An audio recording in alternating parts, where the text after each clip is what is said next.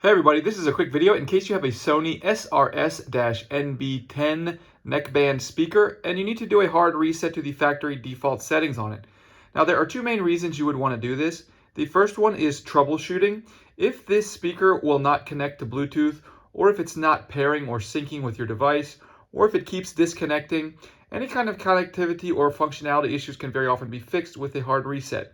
The other reason you might want to do this is if you just want to delete all of the pairing history of this neckband speaker so that you can start fresh like you just got it out of the box, you can go ahead and do that. It's quite easy to do. All we need to do is come over, and on one side we're going to find the power button, and on the other side we're going to find the call button. That's the kind of the long button there. And we're just going to press and hold them. And by the way, this needs to be turned off when you do this, and it should not be plugged into a charger. So you're going to press and hold the power button and the call button simultaneously for about 7 seconds.